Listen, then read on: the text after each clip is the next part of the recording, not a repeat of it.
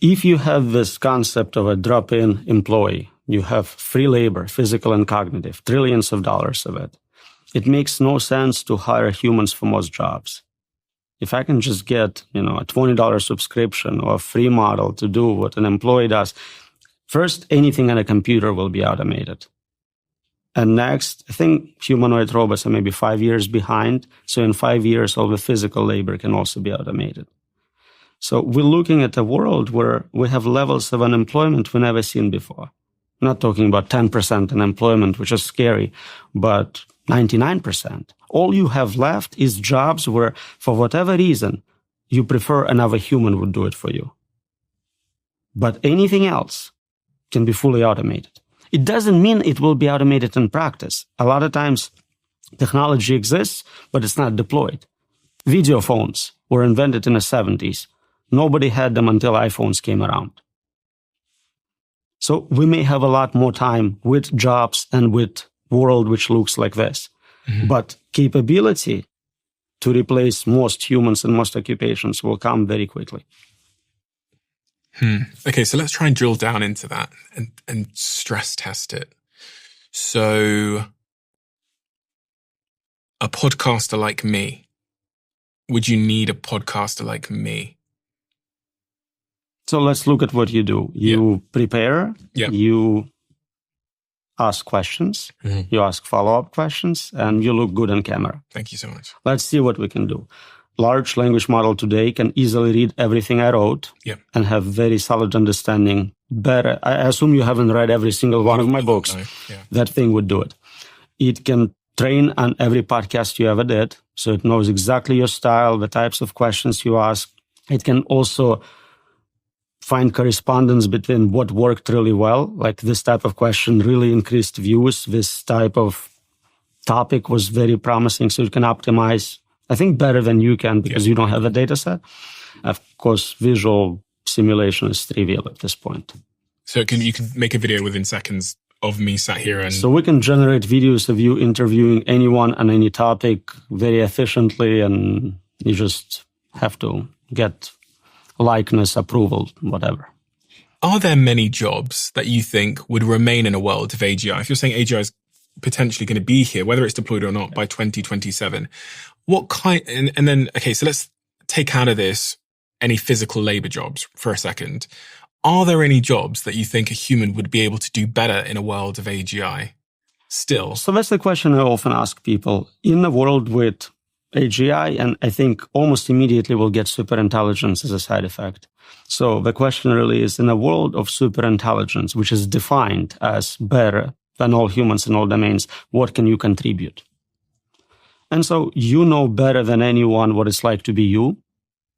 You know what ice cream tastes to you. Can you get paid for that knowledge? Is someone interested in that? Maybe not a big market. There are jobs where you want a human. Maybe you're rich and you want a human accountant for whatever historic reasons.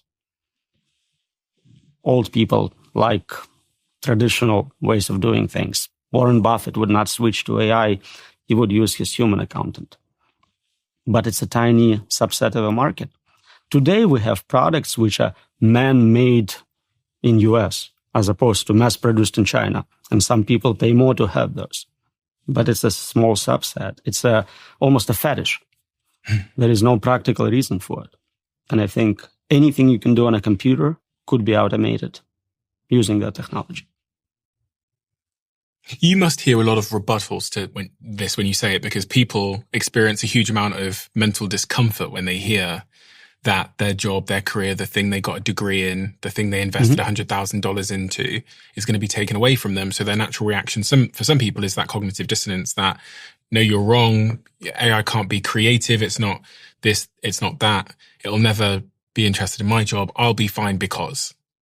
You hear these arguments all the time, right? It's really funny. I ask people in different occupations. I'll ask my Uber driver, are you worried about self-driving cars? And they go, no.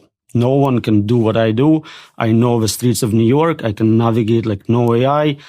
I'm safe. And it's true for any job. Professors are saying this to me. Oh, nobody can lecture like I do. Like, this is so special. But you understand it's ridiculous. We already have self-driving cars replacing drivers. That is not even a question if it's possible. It's like, how soon before you fired? Yeah, I mean, I've just been in LA yesterday, and my car drives itself. So I get in the car, I put in where I want to go, and then I don't touch the steering wheel or the brake pedals, and it takes me from A to B, even if it's an hour-long drive without any intervention at all. I actually still park it, but other than that, I'm not driving the car at all. I mean, obviously in LA we also have Waymo now, which means you order it on your phone and it shows up with no driver in it and takes you to where you want to go. Oh yeah. So it's quite clear to see how that is potentially a matter of time. For those people, because we do have some of those people listening to this conversation right now, that their occupation is driving, to offer them and I think driving is the biggest occupation in the world, if I'm correct. I'm pretty sure it is the biggest occupation in the world. Would be one of the top ones, yeah. What would you say to those people? What should they be doing with their lives? Should they be retraining in something, or what time frame? So that's the paradigm shift here. Before, we always said this job is going to be automated, retrained to do this other job. But if I'm telling you that all jobs will be automated, then there is no plan B. You cannot retrain. Look at computer science. 2 years ago, we told people, learn to code. You are an artist, you cannot make money, learn to code. Then we realized, AI kind of knows how to code and getting better. Become a prompt engineer. You can engineer prompts for AIs. It's going to be a great job. Get a 4-year degree in it. But then we're like, AI is way better at designing prompts for other AIs than any human. So that's gone. So I can't really tell you right now the hardest thing is design AI agents for practical applications. I guarantee you in a year or two, it's going to be gone just as well. So I don't think there is this occupation needs to learn to do this instead. I think it's more like we as a humanity, then we all lose our jobs. What do we do? What do we do financially? Who's paying for us? And what do we do in terms of meaning? What do I do with my extra 60, 80 hours a week? You've thought around this corner, haven't you? A little bit. What is around that corner, in your view? So the economic part seems easy. If you create a lot of free labor, you have a lot of free wealth, abundance, things which are right now not very affordable become dirt cheap, and so you can provide for everyone basic needs. Some people say you can provide beyond basic needs. You can provide very good existence for everyone. The hard problem is, what do you do with all that free time? For a lot of people, their jobs are what gives them meaning in their life, so they would be kind of lost. We see it with people who retire or do early retirement. And for so many people who hate their jobs, they'll be very happy not working. But now you have people who are chilling all day. What happens to society? How does that impact crime rate, pregnancy rate, all sorts of issues? Nobody thinks about. Governments don't have programs prepared to deal with 99% unemployment. What do you think that world looks like?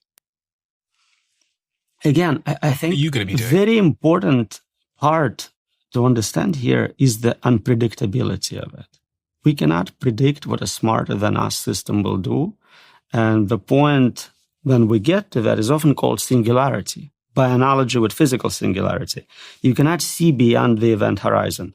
I can tell you what I think might happen, but that's my prediction. It is not what actually is going to happen because I just don't have cognitive ability to predict a much smarter agent impacting this world. Then you read science fiction. There is never a superintelligence in it actually doing anything because nobody can write believable science fiction at that level. They either banned AI, like Dune, because this way you can avoid writing about it, or it's like Star Wars. You have this really dumb bots, but nothing superintelligent ever. Because by definition, you cannot predict at that level. Because by definition of it being super intelligent, it will make its own mind up. By definition, if it was something you could predict, you would be operating at the same level of intelligence, violating our assumption that it is smarter than you. If I'm playing chess with superintelligence and I can predict every move, I'm playing at that level. It's kind of like my French bulldog trying to predict exactly what I'm thinking and what I'm going to do.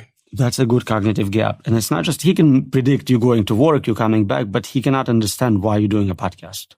That is something completely outside of his model of the world. Yeah, he doesn't even know that I go to work. He just sees that I leave the house and doesn't know where I go. Buy food for him. What's the most persuasive argument against your own perspective here? That we will not have unemployment due to advanced technology? That there won't be this French bulldog human gap in understanding and, I guess, like power and control.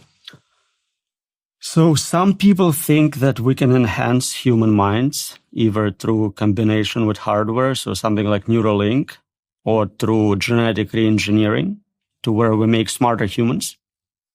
Yeah. It may give us a little more intelligence. I don't think we're still competitive in biological form with silicon form. Silicon substrate is much more capable for intelligence. It's faster, it's more resilient, more energy efficient in many ways. Which is what computers are made out of versus Exactly. the brain. Yeah. So I don't think we can keep up just with improving our biology. Some people think maybe, and this is very speculative, we can upload our minds into computers. So scan your brain, Kenneth comb of your brain, and have a simulation running on a computer. And you can speed it up, give it more capabilities. But to me, that feels like you no longer exist. We just created software by different means. And now you have AI based on biology and AI based on some other forms of training. You can have evolutionary algorithms. You can have many paths to reach AGI. But at the end, none of them are humans. I have another date here, which is 2030. What's your prediction for 2030? What will the world look like? So we probably will have humanoid robots with enough flexibility, dexterity to compete with humans in all domains, including plumbers. We can make artificial plumbers. Not the plumbers. That felt like the last bastion of human employment. So 2030, 5 years from now, humanoid robots. So many of the companies, the leading companies, including Tesla, are developing humanoid robots at light speed, and they're getting increasingly more effective. These humanoid robots will be able to move through physical space, make an omelette, do anything humans can do, but obviously be connected to AI as well. So they can think, talk. Right. They're controlled by AI. They're always connected to the network. So they are already dominating in many ways. Our world will look remarkably different when humanoid robots are functional and effective. Because that's really when, I start thinking, like the combination of intelligence and physical ability is really doesn't leave much, does it, for us human beings?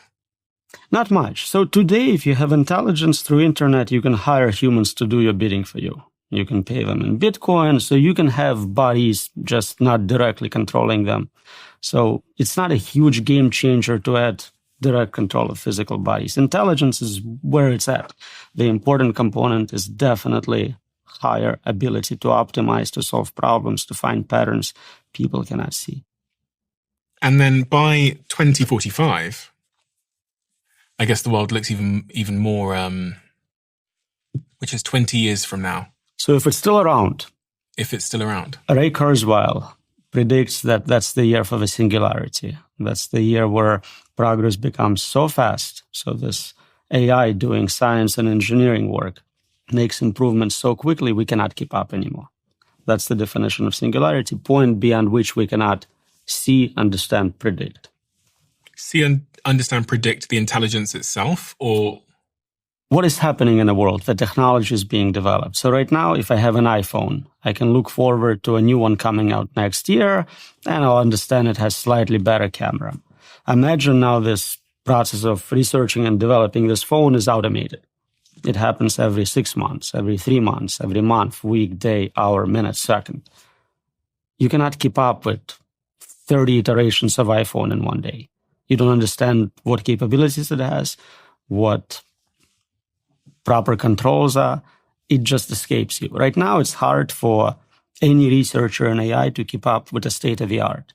While I was doing this interview with you, a new model came out, and I no longer know what the state of the art is.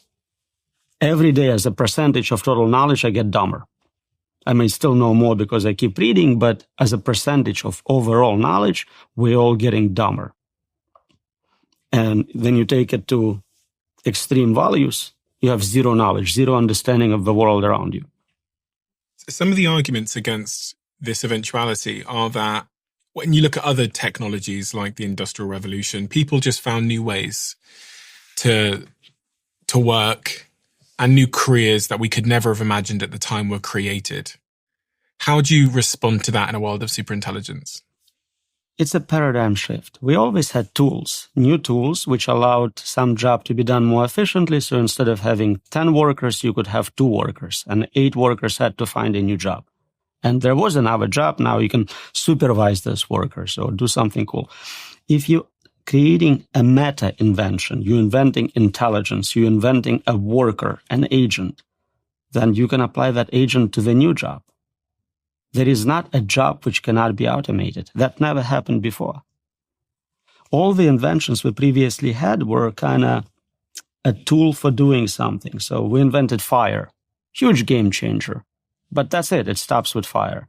We invent a wheel, same idea, huge implications, but wheel itself is not an inventor. Here we're inventing a replacement for human mind, a new inventor capable of doing new inventions. It's the last invention we ever have to make. At that point, it takes over. And the process of doing science, research, even ethics research, morals, all that is automated at that point. Do you sleep well at night? Really well. Even though you spent the last, 15, 20 years of your life working on AI safety, and it's suddenly among us in a way that I don't think anyone could have predicted 5 years ago. When I say among us, I really mean that the amount of funding and talent that is now focused on reaching superintelligence faster has made it feel more inevitable and more soon than any of us could have possibly imagined. We as humans have this built-in bias about not thinking about really bad outcomes and things we cannot prevent. So all of us are dying. Your kids are dying, your parents are dying, everyone's dying, but you still sleep well, you still go on with your day. Even 95-year-olds are still doing games and playing golf and whatnot, because we have this ability to not think about the worst outcomes, especially if we cannot actually modify the outcome. So that's the same infrastructure being used for this. Yeah, there is humanity-level death-like event. We're happening to be close to it probably, but unless I can do something about it, I can just keep enjoying my life. In fact, maybe knowing that you have limited amount of time left gives you more reason to have a better life. You cannot waste any.